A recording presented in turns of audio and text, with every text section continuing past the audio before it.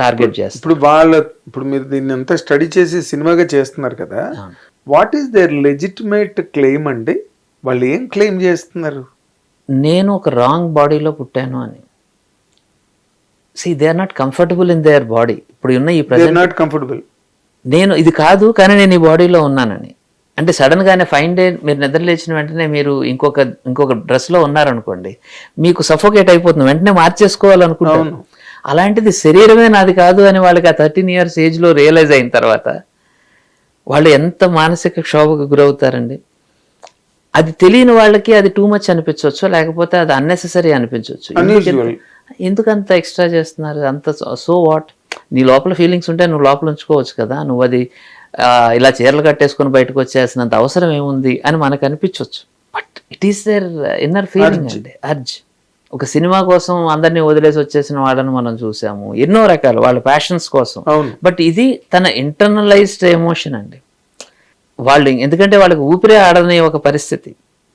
ఈ సినిమాలో ఒక డైలాగ్ ఉంటుంది, మేము ఒక చిన్న ఆపరేషన్ చేయించుకోవాలంటే మనం 10 సార్లు ఆలోచిస్తాం. అలాంటిది ఒంట్లో ఉన్న అంగాలన్నీ కోహించుకుంటూ ఆపరేషన్ చేయించుకుంటూ నా శరీరం ఇది కావాలి అనే ఒక టార్గెట్ వైపు ప్రాణాలకి తెగించి వాళ్ళు చేసే ఈ పోరాటం ఏదైతే ఉందో, మిగతా వాళ్ళకి హాస్యాస్పదంగా కనిపించవచ్చు కానీ వాళ్ళకి లైఫ్ అండ్ డెత్ సమస్య. వాళ్ళకి లైఫ్ అండ్ డెత్. ఎంతో మంది సైకలాజికల్ స్ట్రెస్ తట్టుకోలేక సూసైడ్ కమిట్ చేసుకున్న వాళ్ళు నాకు తెలుసండి ఈ జర్నీలో. నేను యా, అంటే ఇప్పుడు వాళ్ళు దే అండర్గో ఏ సర్జరీ అండి. సర్జరీ అంటే నేను ట్రాన్స్జెండర్స్ గురించి చెప్తున్నాను. ఎల్జీబీటీలో ట్రాన్స్జెండర్స్ అనే వాళ్ళు తమ జెండర్ ని రీఅసైన్ చేసుకుంటారు.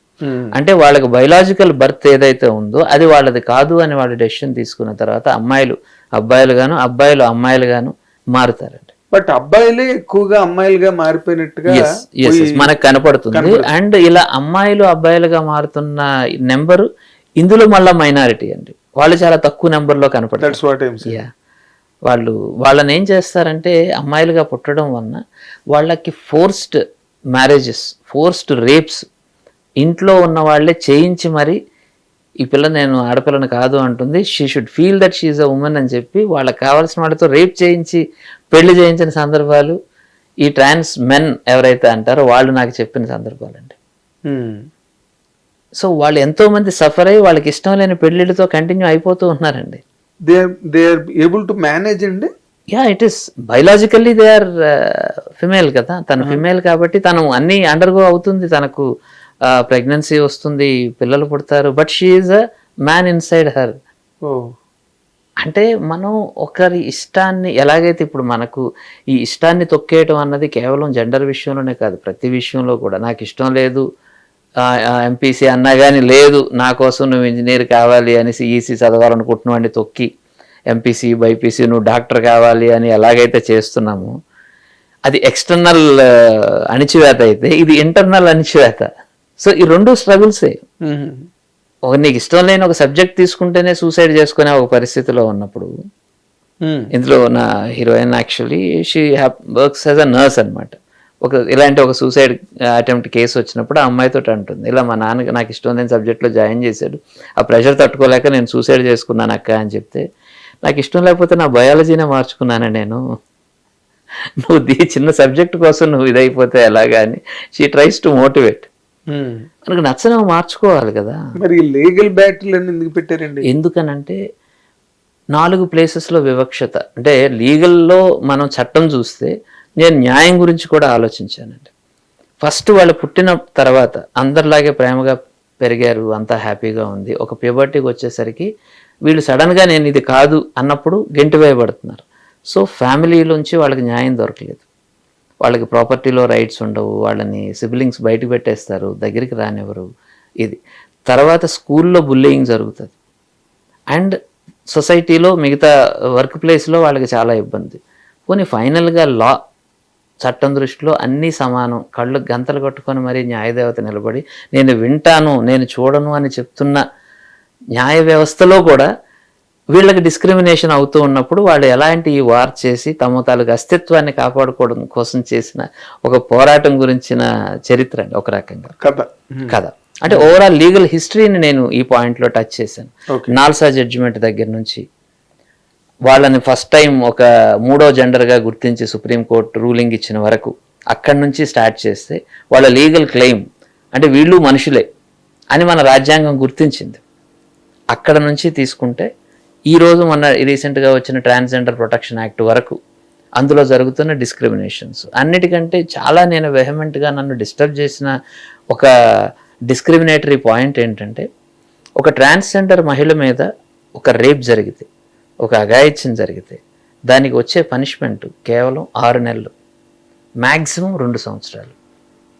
అండ్ అదే వ్యక్తి బయలాజికల్గా ఫిమేల్గా పుట్టుంటే, గాడ్ ఫోర్బిడ్గా అలాగే ఎవరికి జరగకూడదు, ఒక నిర్భయ కేసు లాంటి దాంట్లో అదే ఒక క్రైమ్ జరిగితే మనం ఆ తప్పు చేసిన వాళ్ళకి 7 సంవత్సరాల నుంచి 10 సంవత్సరాలు, అవసరమైతే ఉరిశిక్ష కూడా వేయమని అడుగుతున్నాం. ఇదే సివిల్ సొసైటీ. ఇద్దరు మహిళలే, కానీ ఒకరు బయలాజికల్ మహిళ, ఇంకొకరు ట్రాన్స్ మహిళ, అంతే తేడా. బట్ కానీ ఈ 6 నెలల నుంచి 2 సంవత్సరాలు అనేది ఒక పిక్ పాకెట్కి ఈక్వల్గా ఇచ్చే పనిష్మెంట్. అంటే యూ కెన్ నువ్వు రేప్ చేసిన పెద్ద తప్పేం లేదు, ఎందుకంటే చిన్న పనిష్మెంటే కదా అనే ఒక మైండ్ సెట్కి మనం ఒక టిక్ మార్క్ పెట్టినట్టు అవుతుంది కదా. కానీ పోనీ ఇలాగన్నా పోనీ న్యాయం దొరికిందా? పోనీ ఒకే 6 నెలల్లో 2 సంవత్సరాలు అన్నా కానీ పనిష్మెంట్లు ఎవరికన్నా పడ్డాయా అంటే, ఇంత పెద్ద దేశంలో ఇన్ని వేల లక్షల కేసులు జరిగే ఈ దేశంలో ఒక్క కేసు కూడా ఫైనల్ దీనికి రాలేదు, వర్డిక్ట్కి రాలేదు. ఏంటి 2019లో పాస్ అయిన బిల్లు పాస్ అయిన తర్వాత 2019 నుంచి ఇక్కడ చూస్తే 7 years, 7 ఏళ్లలో కనీసం ఒక్క శిక్ష కన్నా పనిష్మెంట్ పడిందా అంటే there is no previous precedent for this case. ఎందుకంటే కేసులు పెట్టడానికి వీళ్ళు వెళ్ళినప్పుడు యాక్సెప్ట్ చేయని పోలీస్ వ్యవస్థ, దట్ ఈజ్ ఎ షాకర్. వీళ్ళకి వ్యవస్థ మీద నమ్మకం లేకపోవటం, ఎందుకంటే మేము వెళ్ళినా ఎలాగ కేసు తీసుకోరండి, వెళ్ళి ఉపయోగం ఏముందండి అనే ఒక మైండ్ సెట్ తోటి వీళ్ళు వెళ్ళకపోవటం. So they are suffering in silence. వీటన్నిటి గురించి ఒక మాట మాట్లాడాలి అన్నది. చిన్న విషయం, ఒక వాష్రూమ్ కోసం వాళ్ళు పడే ఒక అవస్థ, వాళ్ళు బయటికి రావాలంటేనే వాళ్ళు భయపడతారు, ఎందుకంటే ఎక్కడికి వెళ్ళాలో తెలియదు. మామూలుగానే ఆడవాళ్ళకి ఇబ్బందిగా ఉండే ఒక పరిస్థితిలో, అలాంటి ఒక సొసైటీలో వీళ్ళకి ఎక్కడికి వెళ్ళాలి, ఆడపిల్లలు దానికి వెళ్ళామంటే నువ్వేంటి మా దాంట్లోకి వచ్చావని రిజెక్ట్ చేస్తారు. అబ్బాయిలు దానికి వస్తే ఏం జరుగుతుందో తెలియదు. ప్రతి ట్రాన్స్జెండర్ మహిళ కూడా తను కనీసం ఒక్కసారైనా కానీ ఈ వాష్రూమ్ అనే ఒక చిన్న ఆస్పెక్ట్లో ఎంతో సఫర్ అయిన సందర్భాలు ఉన్నాయండి. మెజారిటీ ఆఫ్ ద కేసెస్లో ఇదే కేసు. మేము బయటికి వెళ్ళాలంటే ఎక్కడికి వెళ్ళాలో తెలియదు సార్, అందుకే మేము మా ఇళ్లలోనే ఉంటాం, మేము బయట తిరగలేము ఎక్కువ. అంటే దీనికి సైంటిఫిక్గా, మెడికల్గా what is the reason for it to happen in a human body అండి? Is there any scientific reason for that? What they call it is natural అండి. న్యాచురల్. ఇది ఇలాంటి ఒక దీంతో ఒక మైండ్, దీంతో 2 ఆస్పెక్ట్స్ ఉంటాయండి. ఒకటి జెండర్ డిస్ఫోరియా, అంటే నా జెండర్ ఏమిటి అనే ఒక క్వశ్చన్ మార్క్. ఇంకొకటి ఏంటంటే సెక్షువల్ ఓరియంటేషన్, నేను అబ్బాయినే కానీ అబ్బాయి అంటే నాకు ఇష్టం ఉంది, అమ్మాయి అంటే ఇష్టం లేదు, ఇది సెక్షువల్ ఓరియంటేషన్ అంటాం. అలా అమ్మాయి బట్ అమ్మాయిలంటేనే ఇష్టం, అబ్బాయిలంటే ఇష్టం లేదు. ఇంకొకరు అబ్బాయిలు ఇష్టమే అమ్మాయిలు ఇష్టమే, వాళ్ళ తాలూకా మైండ్ సెట్ మారుతూ ఉంటుంది, అది బైసెక్షువల్ తాలూకా. ఇది మన మైండ్కి సంబంధించిన మ్యాటర్. ఇది ఏది సెక్షువాలిటీ అనేది. జెండర్ అనేది వాళ్ళకు ఉన్న జెండర్ తోటి వాళ్ళు కంప్లీట్గా డిస్కనెక్ట్ అవ్వటం, దట్ ఈస్ జెండర్ చేంజ్ కోసం వాళ్ళు ఆపరేషన్ చేయించుకోవటం అది అన్నది. ఇట్స్ సైకలాజికల్ మేకప్ అనుకుందాము, లేకపోతే ఒక నేచర్స్ వర్డిక్ట్ అనుకుందాం, what ever. They claim it is natural, ఎందుకంటే ఇట్ క్రియేషన్ ఆఫ్ నేచర్. ఇలా ఉన్నప్పుడు ఇది న్యాచురల్ ఇది అన్యాచురల్ అని చెప్పడానికి హూ ఆర్ వి? ఇలాగే ఉండాలి అని, ఎందుకంటే ఎక్కువ మంది ఇలా ఉన్నారు కాబట్టి ఇలాగే ఉండాలి అన్నది. అంటే it's something like it becomes off beat cinema. ఇది ఇలాంటి సినిమా తీయడం ఎందుకు అనేది అలాంటి క్వశ్చన్. ఇది కూడా అలాగే అయిపోతుంది. నేను అడగబోతున్నాను, మీరు అన్నారు. ఇప్పుడు ఇది almost it amounts to a documentary. That is the beauty అండి. ఇక్కడ I don't call it as a documentary, it has the real human emotions which are very stark and realistic అండి. అది డాక్యుమెంటరీ అన్నది ఏమిటి అంటే, when you don't touch the emotional side of a story. Yes.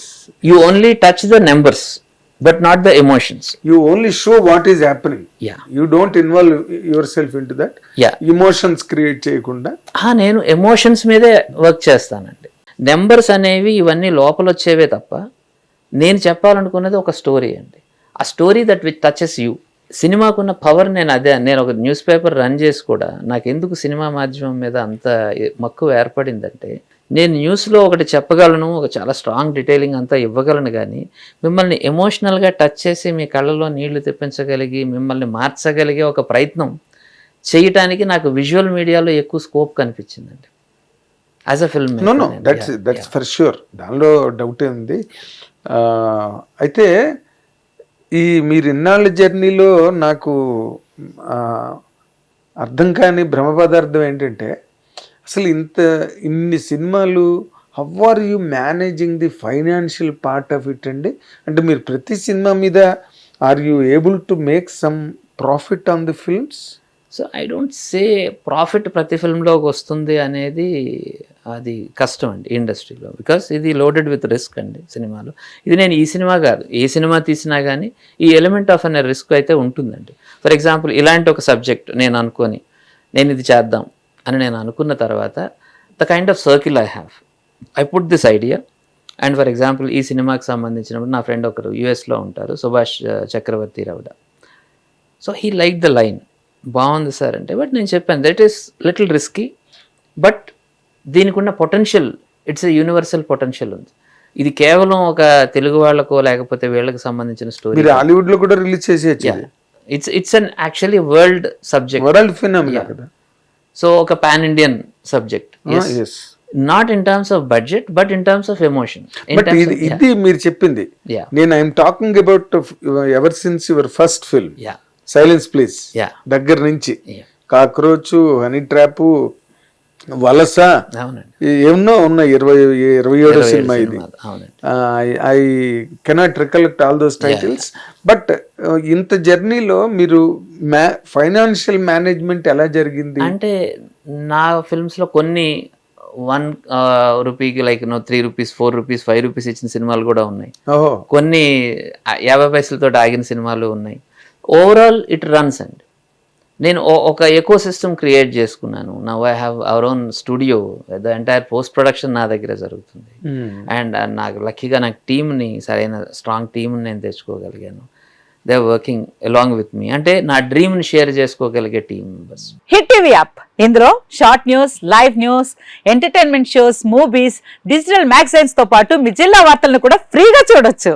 ఇంకెందుకు ఆలస్యం, వెంటనే hit TV app ని download చేసుకుని ఫ్రీగా ఎంటర్టైన్మెంట్ పొందండి. Hit TV app, hit TV app, please download hit TV app. Hit TV app ని ఫ్రీగా డౌన్లోడ్ చేసుకొని ఎంజాయ్ చేయండి. మీకు నచ్చిన ఎంటర్టైన్మెంట్ కోసం హిట్ టీవీ యాప్ ని ఫ్రీగా డౌన్లోడ్ చేసుకొని ఎంజాయ్ చేయండి. హిట్ టీవీ యాప్ ని డౌన్లోడ్ చేసుకుని ఆస్వాదించండి, ఆశీర్వదించండి. ఇంతమంది సెలబ్రిటీలు హిట్ టీవీ యాప్ ని డౌన్లోడ్ చేసుకోండి అని చెప్తున్నారంటే ఎంత మంచి యాప్ ఆలోచించండి. అమెరికా అమెరికా అమెరికా అమెరికాలో చదవాలనుకునే వాళ్ళకి విశ్వసనీయమైన పేరు మన శౌర్య కన్సల్టెన్సీ. UK లో 1 year masters, UK లో 1 year masters, 2 years work permit up to 5 years visa. Contact Saurya Consultancy. Contact 89851 89851.